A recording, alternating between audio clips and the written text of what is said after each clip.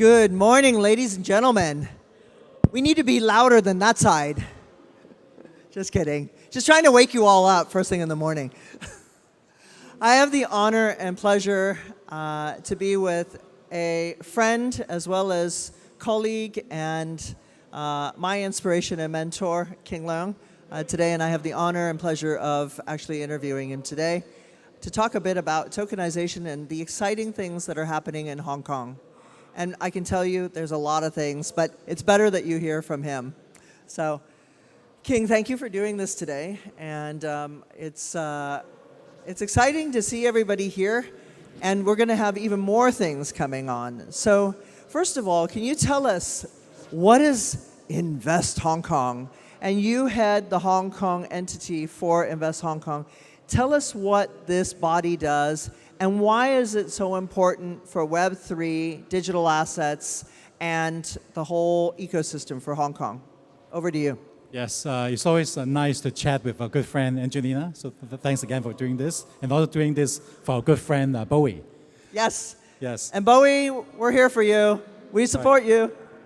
All right, now, so the one thing I'd like to share with everybody is that a lot of people would associate Invest Hong Kong as the inbound investment agency for governments. This is true. Oh, yay, Bowie. Hey, Bowie. Yes. Hey. Give her a round of applause. Bowie, Yes. our sponsor today. Yeah. Woo! All right. Now, so that's what we do. But at the same time, for the new space, such as the Fintech, digital assets, the blockchain and Web3, this is basically a still evolving animal, so to speak.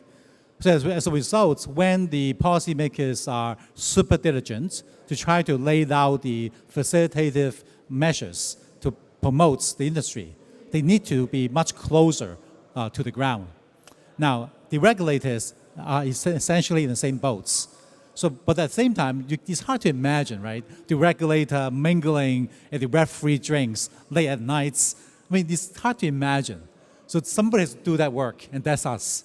So we spend quite a lot of time really getting close to the Web3 native, the crypto native folks to understand what the market needs, and then we play back to the policymakers, we play back to the regulators. So that as they design policy and regulations, hopefully those measures will be much more supportive to what the market needs. So this is one of the key things that we do to support the industry. But the other thing that I found that has been fabulous that we have King is he has been bringing in amazing talent.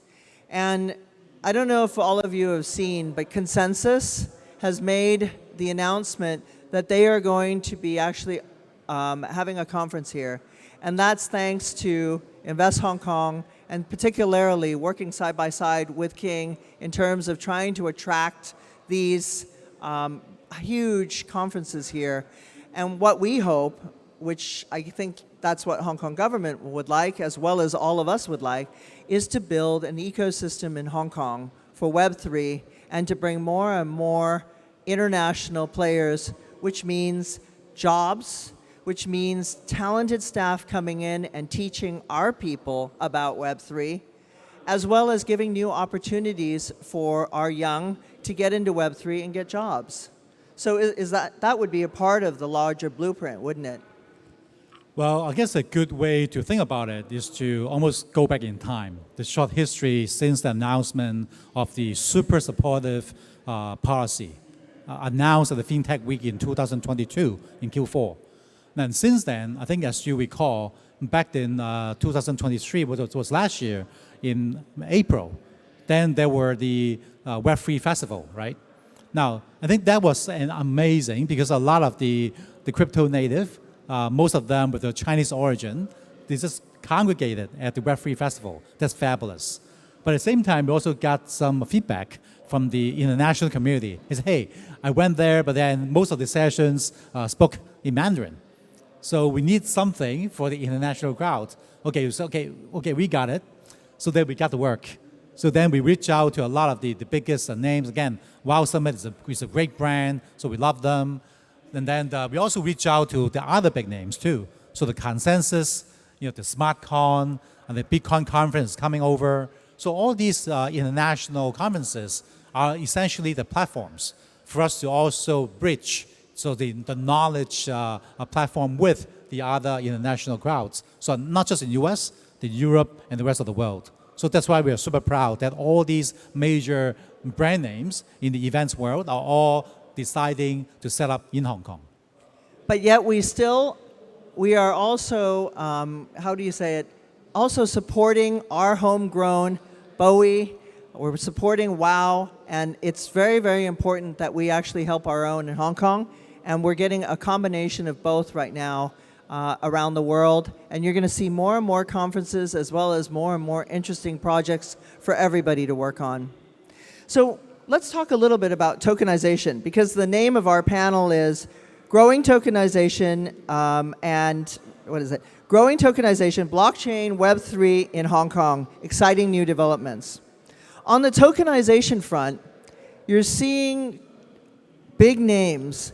Tell us about the big name that we were talking about, starting with the H. You're seeing traditional finance moving into blockchain and Web3, and that's the exciting stuff that's going in Hong Kong. You want to talk a bit more about the latest development? Oh, of course. Again, for those of you who have been following this narrative, you probably have heard it in other occasions, including media. Now, of course, I think the DeFi, DGen space, crypto, Web3 is awesome, right? That represents the future. Now, at the same time, we want to look at it from a market sizing standpoint. So we often talk about the crypto world, 1.5 billion, 1.5 trillion to let's say 2 trillion size globally. Now, is it big? Yeah, it's pretty sizable. But put in perspective, the market cap of gold, last time I checked, was roughly 10 trillion. So to put that in perspective, so the whole Bitcoin market is really just still a fraction in the grand scheme of things. So for Hong Kong to back this, our ambition does not stop here. Our ambition is to really go after the hundreds of trillions of tokenization of real-world assets. And by that, then this is another way that we are able to attract the so-called old money, right? The TradFi people, to get them in the game. So imagine, right, the family offices, the institutionals. Now, but then to get them over, it may not be the easiest thing to do to try to pitch them with all these like the structured products, with Bitcoin being underlying. It may not be the easiest thing to sell to them initially. So then we also observe the developments in the TradFi space, including the US. I think for many of you who have been following the news, you would have come across news between the BlackRock, the JP Morgan, the Franklin Templeton, the Apollo, all these guys experimenting, tokenizing of funds, for example.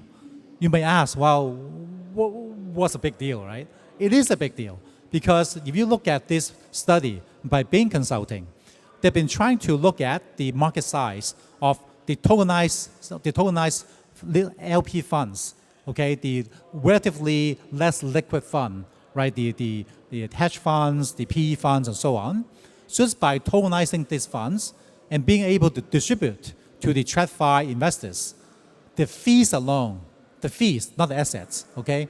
This is from the underwriting, the distribution, the AUM, management fee, and so on, is $400 billion US. 400 billion just on fees. So you can imagine that really attracted the attention of the TradFi institutions, right? The JP Morgan, the HSBC of the world. So this is great, because now that they're in the game, so guess what? They're also promoting all these kind of tokenized assets, RWAs, to their own clients. So by then, we are able to educate a much, much broader investor pool, so that as these people get their hands dirty, so to speak, then if they feel a bit more comfortable, then they will have the appetite to dabble into the relatively more adventurous kind of investment products represented by the DeFi Web3 space. So that's a strategy that we're going after, is try to attract the TradFi and also the mainstream finance, the so-called old money. And then what you're seeing on the other side, coming from the regulatory space, you're seeing the HKMA come out with e-Hong Kong dollar use cases where companies in traditional finance as well as Web3 finance are also getting together to try different trial runs to see what can be achieved in terms of launching Web3 products. So with the e-Hong Kong dollar, HKMA has just announced their second phase, and they're inviting people that want to get into this test phase to please come in. And at the same time, we've got a licensing regime that's very clear, and it's very, it's approachable, it's workable. You can talk to the SFC and get a license here. And this is what we want to build. We've got the traditional finance coming in. We've got degens on the other side, as well as Web3, as well as digital asset exchanges that are in Hong Kong. So we pretty much now have at least the building blocks to build an even stronger Web3 hub. And I want to say that the Web3 Harbor Association, for example, that's what we're trying to do. We're trying to bring in new entrants into the market and get them to be a part of this whole ecosystem. So we're hoping that all of you in the audience today will be a part of that and be active in Hong Kong and take part and help Hong Kong be the Web3 home in Asia Pacific. And I can tell you, after just coming back from Singapore, just a little bit of comparison, we ain't bad here. We're doing pretty well. So let's talk a little bit about tokenization. Tokenization, we've got the consultation paper that, and now it's the final paper that came out from the SFC that has guidelines. We're seeing people dabble into tokenization. What are you seeing as a part of Invest Hong Kong in terms of people interested in moving into tokenization? Well, for us, we are really the facilitator. Now, first of all, as a government body, we are very privileged that we get access to many different conversations, many different firms, and including the projects, even before they launch it. So that we basically have the pulse of majority part of the market. Now, and with that in mind, then we are able to almost like stitch together the narrative. So how can we be able to contribute to the community by being able to tell a story that makes sense, that people can easily understand the whole roadmap, where the Hong government is heading. Now, so perhaps I would like to try this on you again, okay? Now, when we think about the tokenization, it's almost like looking at a tree among a forest. It's hard to see the whole picture. So let's just try to pull ourselves up, like the 30,000 feet looking down. There are really like three components that we're looking at very intensely. Number one, we have to get the payments sorted out so that we are able to get the currency to pay on-chain, right? Now, so that is why we have the e-Hong dollar, the stable coins, licensing regime is coming up. So that's great, right? So now we got this along coming along. Now, so once we got the payment side ready, then you need the assets, right? So of course, I think you'll talk about, you heard people talking about the tokenized bonds, the tokenized real estates. So that's great, but that's not enough because we need more experimentation.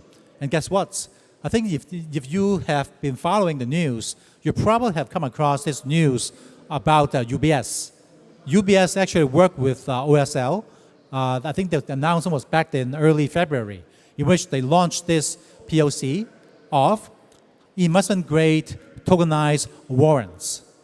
Okay, so warrants is a very Hong Kong thing, right? In other markets, they are the options, what they call put options, but they got warrants, which is very Hong Kong. So we were very privileged that we talked to the team at UBS. Again, this is not any secret because they already launched it. And we asked UBS, hey, of all the products you can tokenize, why warrants? And he said, oh, so King, you have to understand. We are in serious business. We are just interested on the big things. Big things defined by high liquidity, high trading volume down the road. So you think about the Hong Kong Stock Exchange. Actually, you look at the trading volume. Warrants account for roughly 20% of all the trading volume on the Hong Kong Stock Exchange. So imagine if you are able to somehow tokenize some aspects of the warrants, be able to trade on the VSP. So that, again, is in itself a new way for the DGen and the investors to get access to the new form of product on-chain. So this is the logic behind it. And that's not enough. And again, the whole tokenization game is not just about so-called speculation. It's about having a new channel for fundraising in a much more efficient way to promote something that can help the real-world economy. So by that, we also talk to different firms such as HSBC and Ants Group. Now, again, if you could just Google, you will find that Ants Group and HSBC, they also launch a project in which they tokenize bills of lading. You're like, what? Bills of lading? It sounds very old school. Exactly. You don't do things old school, you're not able to attract serious money that solve real-world problems. So by doing the tokenized bills of lading, you then be able to enable trade finance. So trade finance is a huge market globally. And by being able to trade the bill of lading on-chain, you're able to address some of the efficiency issue as well. So again, the list goes on, right? The tokenized of IPs. Now, have you guys heard of the tokenized Titanic? You guys heard of it? No, what is it? Well, okay, so thanks to our good friend Lawrence. Okay. They're like, people talk about tokenizing IP, but nobody has done it. Let's do it. So thanks to Lawrence, a good friend in our community, he actually went out to find a firm that owns the rights to the Titanic ship in the water. Now, but then that company owns everything related to Titanic. So imagine, right? Somebody hauled up some pieces of the artifacts and do road shows of the Titanic artifacts. Well, you can imagine they can generate some revenue, right? In terms of all these visitors, the IPs, maybe media rights and so on. So that revenue streams can be tokenized. So by being able to buy a token of the Titanic IPs, in a way you're helping to almost like crowdfunding, providing capital for that firm to do the upfront work, the promotion, the marketing, right, the hiring of venues and so on. So this is another way of fundraising where you're able to enjoy the future revenue streams as well. So again, there's just so many projects happening in Hong Kong right now, cutting across different aspects of our society. And then it's moving into day-to-day operations now in terms of the tokenization process. With the HKMA and with various government bodies in Hong Kong, they're already experimenting on tokenized deposits. We need to look at tokenized deeds if we want to actually start being able to look at the real estate market. Now, nobody's actually worked on that one. So if there's somebody that's interested in working on a project like that, that's something I think if you can crack this nut, the real estate market here, instead of deeds this high, if it was all on one token and you were able to sell your house with one token, can you imagine how fast and how efficient that would be? Now, obviously, the lawyers would have to be a part of it, but just making the whole process a lot faster and more efficient is where we want to be for Hong Kong, because we want to connect Hong Kong to the world and the world to China, and we want to be the grand connector because that's where the future is going to be. It's really hard to compete against my friend over there. I love him to death. But on that note, oh, thank you. Okay, it's quiet. So we've talked about tokenization and we've talked about what's next for Hong Kong. The crystal ball now is going to be how do we get adoption and how do we get more people into this industry? And how do we attract more investment into this industry? And this is the area where there's a lot of things going on in Hong Kong. We've got a new development department headed by a young lady by the name of Clara Chan. Can you share with us a little bit about what she's doing in terms of bringing investment into Hong Kong? And I mean, nothing too secretive, but just give a taste to our audience about us setting up a really interesting fund to seed new entrants into the market. Well, I think the organization that that Angelina mentioned is HAIC, the Hong Kong Investment Corp. For people in the investment field, sometimes they give a nickname of like a mini Temasek of Hong Kong. Now, at the end of the day, Hong Kong has been putting a lot of capital behind the ITVF. There's like 2 billion there supporting the I&T sector, but we just feel that that's not enough. So that's why the Financial Secretary has made numerous announcements about a setup of the HIC, in which the government has allocated 62 billion Hong Kong dollars. So that 62 billion. that's right, with a B, okay? Yeah, billion. Right. That's a lot. 62 billion Hong Kong, so roughly 10 billion? 8 billion billion US dollar of seed money, okay? So that we are able to support several major future economic pillars. So that includes, again, fintech, of course, that includes digital asset Web3, AI big data, life science / biotech, advanced manufacturing, including new energy. So these are the verticals, the 4 verticals in which the Hong Kong government would like to put a lot of financial power behind it. And specifically, the mandate for HIC is to invest and support the companies with a Hong Kong nexus. So it doesn't have to be companies started in Hong Kong, but then even for international companies, they would like to expand to Asia, or mainland companies, they use Hong Kong to go international. But then they will have a presence in Hong Kong. So that kind of companies are the ones that we like to support, so that we are able to have some financial firepower.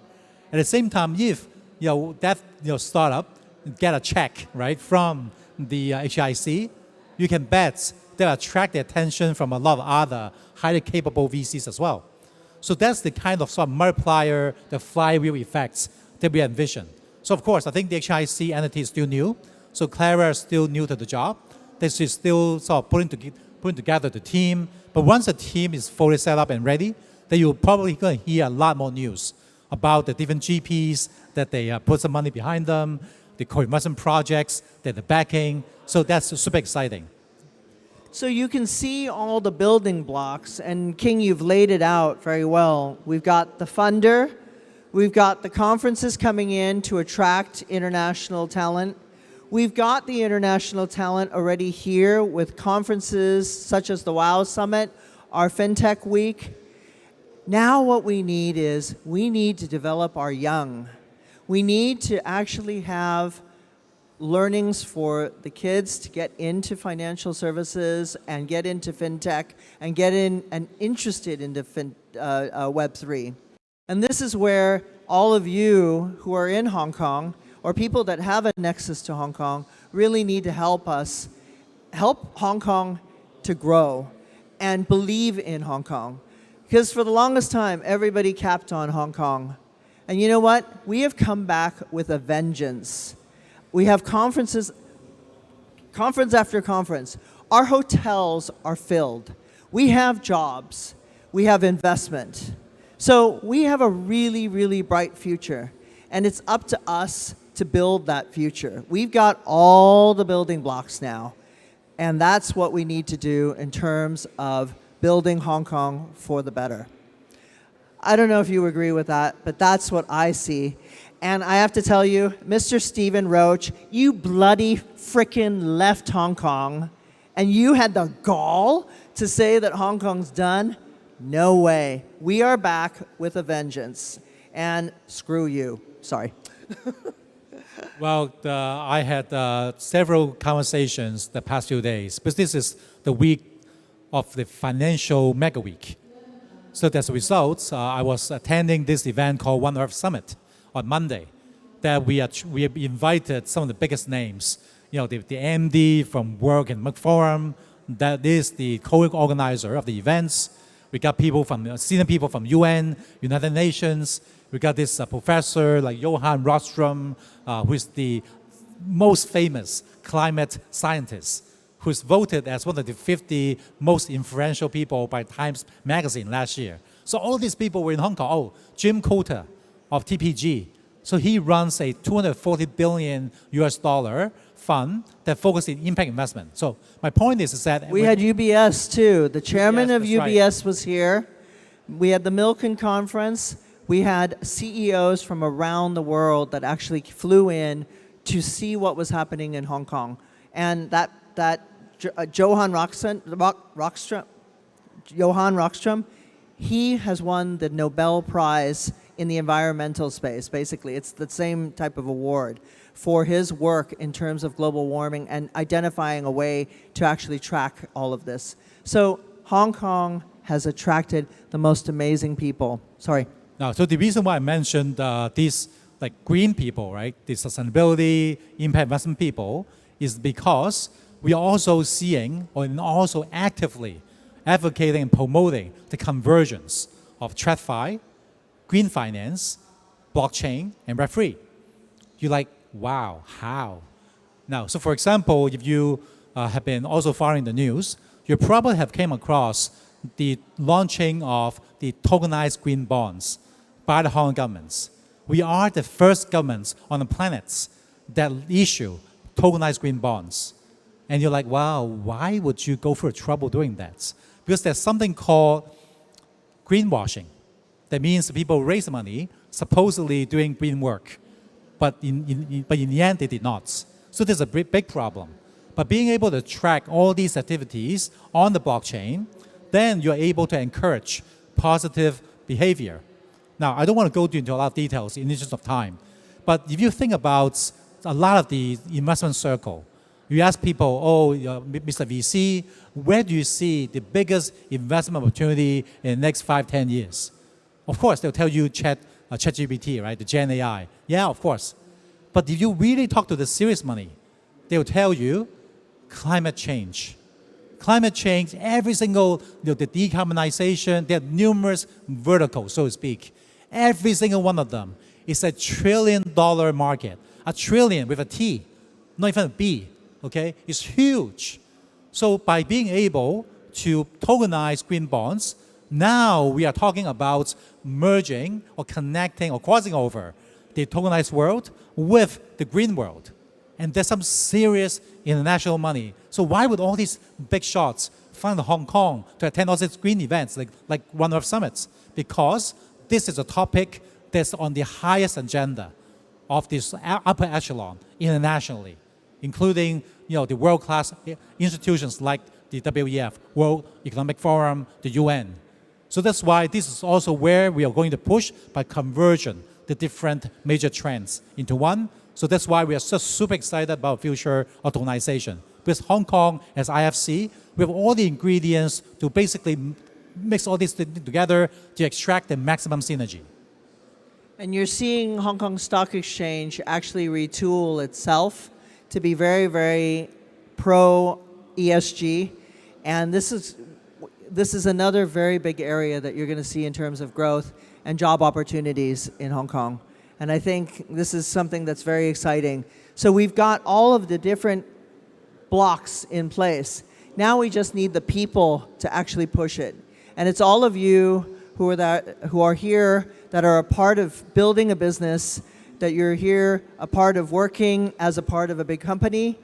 For all of that contribution of you in Hong Kong is so important. And do not give up with Hong Kong, because we are coming back with a vengeance.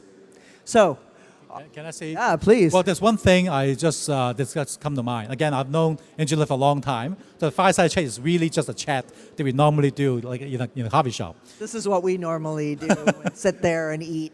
Yep. Now, so the one thing I want to bring to attention is that Hong Kong, we are not doing this alone. We have been working tirelessly to build the connectivity internationally. So for example, in May, I'm leading, together with the support from the Under Secretary of Financial Services, Mr. Joseph Chan, we're leading a delegation to the Middle East. We'll be in Riyadh, Saudi Arabia. We'll be in Doha, Qatar, the Dubai and the Abu Dhabi of UAE in May. And along with this Hong Kong delegation, we'll bring along our own Web3 VCs. We'll bring our own Web3 projects to the Middle East. Now, and then we're also leading another delegation to Switzerland and also Brussels in June. And the purpose for that is to also connect with, so we will be setting up meetings to talk to the EU regulators to better understand and have the exchange about the upcoming MiCA, the MiCA regulation. We'll be going to Zug in Switzerland to try to establish even closer working relationship with the Swiss group, the Crypto Valley people.